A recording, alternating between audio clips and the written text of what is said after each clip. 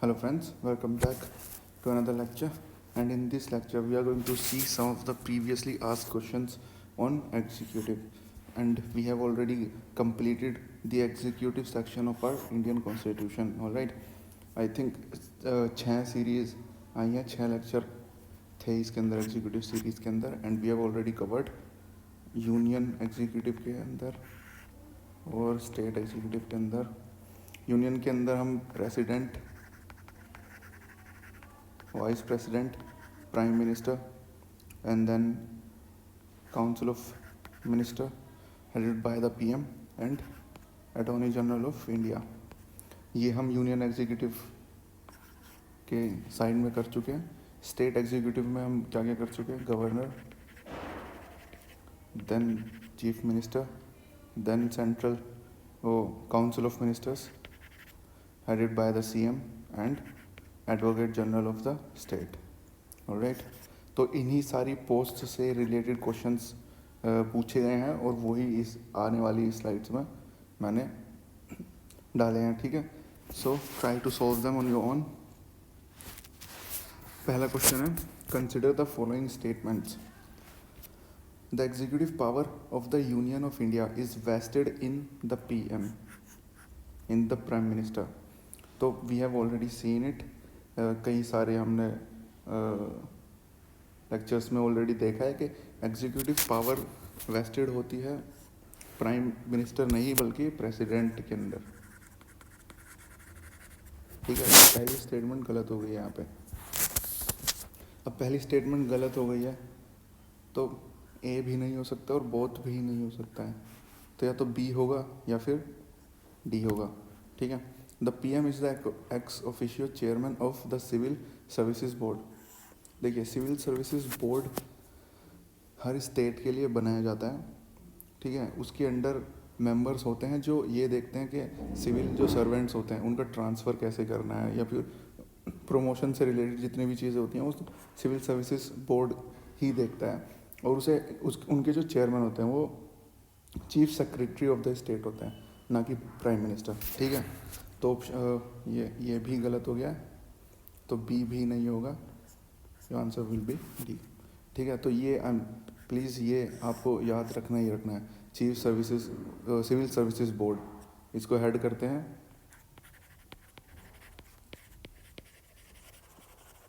Chief secretary of the state. ठीक है, बहुत इंपॉर्टेंट है. Now the second question, consider the following statements. The president shall make rules for the more convenient transaction of the business of the government of India and for the allocation among ministers of the said business. ये हम already देख चुके हैं. President जब हमने study किया था, president के पास ये पावर होती है, तो ये बिल्कुल करेक्ट है statement. All executive actions of the government of India shall be expressed to be taken in the name of the prime minister. ये हम ऑलरेडी देख चुके हैं. प्राइम मिनिस्टर नहीं, प्रेसिडेंट के नेम में लिया जाता है. जितनी भी एग्जीक्यूटिव एक्शंस लिए जाते हैं वो सब प्रेसिडेंट के नाम पर लिए जाते हैं, ना कि प्राइम मिनिस्टर. ठीक है, तो फर्स्ट करेक्ट है और सेकंड इनकरेक्ट है, तो your answer will be A, only 1. अब अटॉर्नी जनरल ऑफ इंडिया से रिलेटेड एक क्वेश्चन है. He can take part in the proceedings of the Lok Sabha. जी, ये बिल्कुल करेक्ट है. Attorney general of India can take part in any proceeding of any house of the parliament. ठीक है, लोकसभा राज्यसभा दोनों की हाउस प्रोसीडिंग्स में वो पार्ट ले सकते हैं. सेकंड स्टेटमेंट है, he can be a member of a committee of the Lok Sabha. ये भी बिल्कुल करेक्ट है. हम ऑलरेडी स्टडी कर चुके हैं अटॉर्नी जनरल ऑफ इंडिया के अंदर कि उन्हें किसी भी कमेटी का मेंबर बनाया जा सकता है. तो he can be a member of a parliamentary committee. ठीक है, he can speak in the Lok Sabha. बिल्कुल ये भी करेक्ट है. He can speak in the Lok Sabha but he can not vote in the Lok Sabha. So your answer will be 1, 2 and 3. Answer will B C. Alright, now the next question, consider the following statements. The council of minister in the centre. तो यहाँ पे central council of ministers की बात हो रही है. ठीक है, council of ministers in the state की बात नहीं की जा रही है यहाँ पे. ठीक है, तो you have to pay attention on the words. Council of Ministers in the center shall be collectively responsible to the Parliament. ठीक है, ये यहाँ पे बहुत ही ट्रिकी हो जाते हैं ये वर्ड्स. ठीक है, हम ऑलरेडी स्टडी कर चुके हैं कि जो काउंसिल ऑफ मिनिस्टर्स होती है वो कलेक्टिवली रेस्पॉन्सिबल होती है लोकसभा के लिए. ठीक है, ना कि राज्यसभा के लिए. तो यहाँ पे पार्लियामेंट नहीं, केवल लोकसभा आना था. तो स्टेटमेंट 1 विल बी रॉन्ग. और स्टेटमेंट 1 को एलिमिनेट करेंगे तो A, C and D तीनों ही एलिमिनेट हो जाएंगे and B will be answer. But still we will look at the question again. The union ministers shall hold the office during the pleasure of the president. बिल्कुल correct statement है. The PM shall communicate to the president about the proposals for legislation. बिल्कुल, ये council of ministers और council of ministers and president, इन दोनों के बीच में जितनी भी कम्युनिकेशन होती है उनका चैनल प्राइम मिनिस्टर ही होते हैं. ये हम ऑलरेडी स्टडी कर चुके हैं. ठीक है. Now which of the following shall cause every recommendation made by the finance commission to be laid before each house of the parliament. इसके अंदर ये पूछा जा रहा है कि पार्लियामेंट में फाइनेंस कमीशन को टेबल कौन करता है. फाइनेंस कमीशन की जो रिपोर्ट होती है उसकी जो रिकमेंडेशंस होती हैं उस रिपोर्ट में, उसको पार्लियामेंट में टेबल कौन करता है. तो हम ऑलरेडी ये स्टडी कर चुके हैं प्रेसिडेंट के अंदर. ठीक है, तो प्रेसिडेंट ही हाउस ऑफ पार्लियामेंट में रिकमेंडेशंस को फाइनेंस कमीशन की रिकमेंडेशंस को टेबल करते हैं. ठीक है. The council of minister in the union is collectively responsible to both Lok Sabha and Rajya Sabha. हम ऑलरेडी देख चुके हैं राज्यसभा नहीं, केवल और केवल लोकसभा होता है. केवल और केवल वो लोकसभा के लिए रेस्पॉन्सिबल होता है, ना कि राज्यसभा के लिए. तो statement A will be wrong. The members of both the Lok Sabha and Rajya Sabha are eligible to be the ministers of the union government. ये भी हम शायद देख चुके हैं. अगर नहीं भी देखा है तो ये हम पार्लियामेंट के अंदर भी कवर करने वाले हैं. ठीक है, ये हम पार्लियामेंट के अंदर भी कवर करेंगे. जो मेंबर्स होते हैं लोकसभा के और राज्यसभा के, वो दोनों ही एलिजिबल होते हैं मिनिस्टर्स बनने के लिए. ठीक है, तो ये ऑप्शन बिल्कुल ठीक है. तो यहाँ पे B only will be your answer. Now the resolution for removing the vice president. अब वाइस प्रेसिडेंट जो होते हैं वो एक्स ऑफिशियो चेयरमैन होते हैं, ex officio chairman of Rajya Sabha. ठीक है. Vice president of India can be moved in the. Simply इस क्वेश्चन के अंदर ये पूछा जा रहा है कि अगर वाइस प्रेसिडेंट को रिमूव करना है उनकी पोस्ट से, तो उन्हें रिमूव करने का जो रेजोल्यूशन होगा वो कहाँ पे मूव किया जाएगा. क्या वो लोकसभा में मूव किया जाएगा या किसी भी हाउस में मूव किया जा सकता है, लोकसभा में भी और राज्यसभा में भी, या फिर joint sitting of the parliament इसके अंदर, या फिर राज्यसभा अलोन. अब देखिए, ये हम वैसे तो ऑलरेडी स्टडी कर चुके हैं, बट स्टिल अगर आपको याद नहीं हो रहा है तो इसे याद करने के बाद सिंपली एक ये सिंपल सी ट्रिक है कि जो वाइस प्रेसिडेंट होते हैं वो एक्स ऑफिशियो चेयरमैन होते हैं राज्यसभा के. तो अब इनको इनकी पोस्ट से रिमूव करना है तो राज्यसभा से रिमूव करना पड़ेगा, राइट. तो इन्हें रिमूव करने का जो रेजोल्यूशन होता है वो केवल और केवल राज्यसभा में ही टेबल किया जा सकता है. Alright.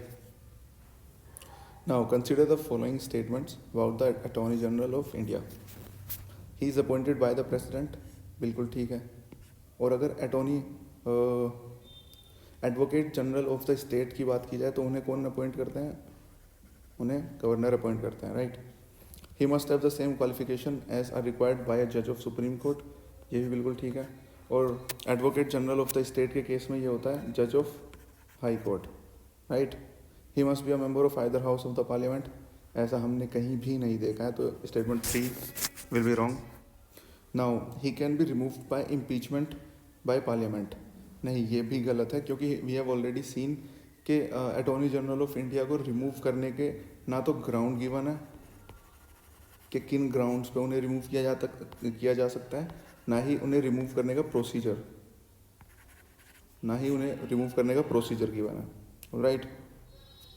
So your answer will be 1 and 2 only. Alright. Now which of the following are the discretionary powers given to the governor of a state.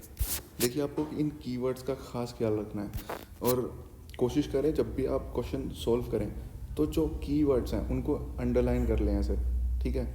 तो यहाँ पे दो चीज़ों के बारे में पूछा गया है, डिस्क्रेशनरी पावर और दूसरा गवर्नर, ठीक है। तो गवर्नर की डिस्क्रेशनरी पावर, ठीक है, डिस्क्रेशनरी पूछा है, कॉन्स्टिट्यूशनल डिस्क्रेशनरी पावर नहीं पूछा है और ना ही सिचुएशनल डिस्क्रेशनरी पावर नहीं पूछा है, ठीक है। तो यानी कि दोनों, कॉन्स्टिट्यूशनल भी और सिचुएशनल भी, दोनों की दोनों पावर्स के बारे में यहाँ पे बताना है, कॉन्स्टिट्यूशनल भी सिचुएशनल भी। Alright, sending a report to the president for imposing the president's rule, बिल्कुल ये एक डिस्क्रेशनरी पावर है। अपॉइंटिंग द मिनिस्टर, जी नहीं, ये डिस्क्रेशनरी पावर नहीं है। Reserving certain bills pass by the state legislature, बिल्कुल ये